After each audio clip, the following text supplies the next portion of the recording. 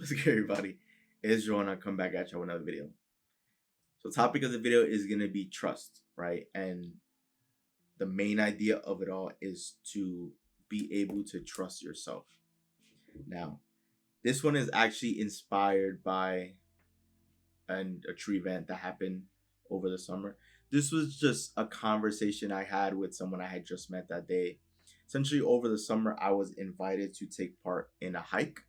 Um, it was like a 5 mile hike, and this was, driving about an hour upstate, here in New York, to one of the state parks, and they wanted to do a trail. So I've actually never gone on a hike before, so it was cool. Like, I wanted to, be in some sun. I wanted to be surrounded by nature.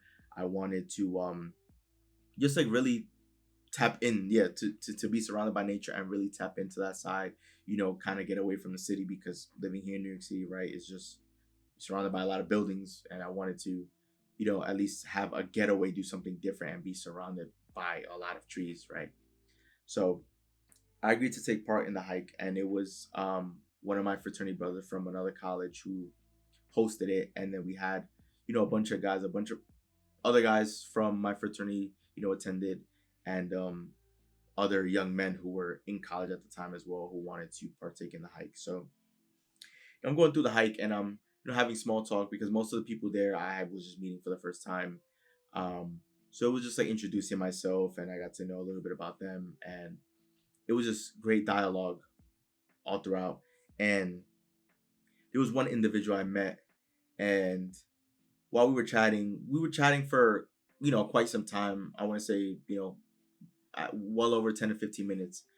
And while I was having a conversation with him, I shared a lot of the things that I've learned, right? A lot of the life lessons that I learned through my, guess you could call it, self-development, personal development, spiritual journey, right? And there was a lot of nuggets of information that I shared with him, that there's certain things that he needed me to repeat so that he can like mentally take it down, because I knew it was very helpful for him where he was at. Because for me, I graduated college several years ago, but for him, he was still in college, just trying to navigate it and figure his way around. So while he was sharing his life experience, he mentioned to me that he really enjoyed dancing salsa, that was one of his favorite activities to do. He just enjoyed everything about it, just the music, being able to dance with people, the rhythm. Just it was just so much fun to him. And you can tell it was obvious to me that he was passionate about it, because he enjoyed speaking about it. And while he was talking about it, he had a smile on his face. And it was like one of those uncontrollable smiles where he just had so much enjoyment out of sharing it with me. And he was saying how there was different things that he wanted to pursue as like a career path, but he said that one of his passions or hobbies that he wanted to do at some point in the future was to be a salsa instructor, a dance instructor. And while he was telling me this, of course, he was excited, because it's something that he's thought about for a long time. But then I saw doubt creep into his mind and into the conversation, because I can tell, of course, like his face and his energy changed when he mentioned when he tried to piece together the logistics of it happening, right? He tried explaining to me that, even though he wanted to do it, it may not be worth it or worthwhile, because there already exists so many salsa classes, and like, it might already be a saturated market, right? And when he was telling me this, I was disregarding those comments. Of course, I heard what he was saying, but the reason why I disregarded it was because I know that those aren't relevant components. The human side, the logical side, is like, yes, if I'm gonna be a salsa instructor, obviously I need to have students to be able to make money, to have a living, and all these things. But the entire time I thought about it, I said, you know what? Like, if this is what he's passionate about, why is he letting these obstacles and these doubts creep into his mind? I understand the human side of it, the logical side, where you need to factor those things in. But from the energy side, from the universal side, like source energy, how the universe operates. The way I seen it, he was so passionate about this that I knew that if he was a salsa instructor, he would be a great instructor just by his energy, his charisma, everything about him. And in my mind, the whole time I'm thinking, how silly is this of him mentioning these things as potential obstacles when these aren't even realistic obstacles for him.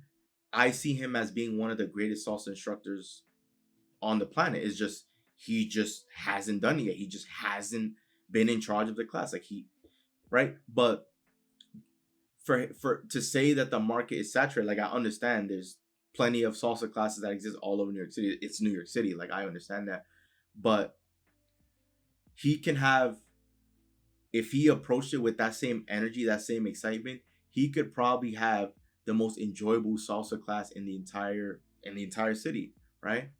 He can be the most energetic, charismatic instructor, the one of the easiest instructor, one of the easiest people to learn from, because he's so passionate about it. He can have so many different ways of explaining the the whole dance concept of salsa, or explaining the rhythm, or teaching people, right? That can be far better than other instructors. A lot of times, of course, people sign up for dance classes not only to learn the dance move, right, the dances, but also to have fun, but also to exercise, for it to be enjoyable. And if you have an instructor who's energetic, who's charismatic, who's passionate about all this, that alone can eliminate so much of the quote unquote competitors, right? Of so much of the other salsa instructors that exist out there. So he's telling me these things, and I told him, to don't worry about those factors. Don't worry about it being saturated. How many, from as long as I can remember, humans always wore clothes, and humans wore clothes hundreds of years ago, thousands of years ago, right? Still, till this day, how many new clothing brands show up every day, every week, every month, right? Every year or couple years, there's always a new clothing brand that pops up that starts dominating everywhere. Clothing has been around for a long time, but that doesn't mean that it's the end all be all. That doesn't mean that no one can ever penetrate the industry, right? Like, for him, it just felt like he had a dream and he had something he wanted to pursue, but then he was shooting down his own dream because of these other variables that the human side would factor in, but that I was trying to explain to him that don't even think about that. If you're passionate about doing this, if you want to do this, then you, by all means, you should go out and do it. You should go out and pursue it, because then you're gonna put your best foot forward, and you're gonna put out the best product, and you are going to attract the people that are meant to be in the class, right? With his energy and his charisma, there's gonna be people who sign up, right? Who's gonna give him a try, who may not have heard of him, but is gonna give him a try. And they may have so much fun that they're going to invite their friends and say, hey, you guys got to sign up for this salsa class because this instructor is the best instructor in all of the city, maybe even all of the world. He just has to show up and put his best foot forward and be the best version of himself and just have fun and make it so much fun. The same joy and smile and excitement he had sharing that dream, I knew that that's something that he can excel in and be the best version of himself, and really do that and really excel and be one of the best to do it, regardless of the obstacles or the logic behind it. I know it can seem daunting. I know it can seem scary as human to, if you want to pursue something that you're passionate about, but don't know where to begin or have never done something, right? It can be scary. But there's one thing that I've learned that I came across recently where someone used the example of Mount Everest, climbing Mount Everest.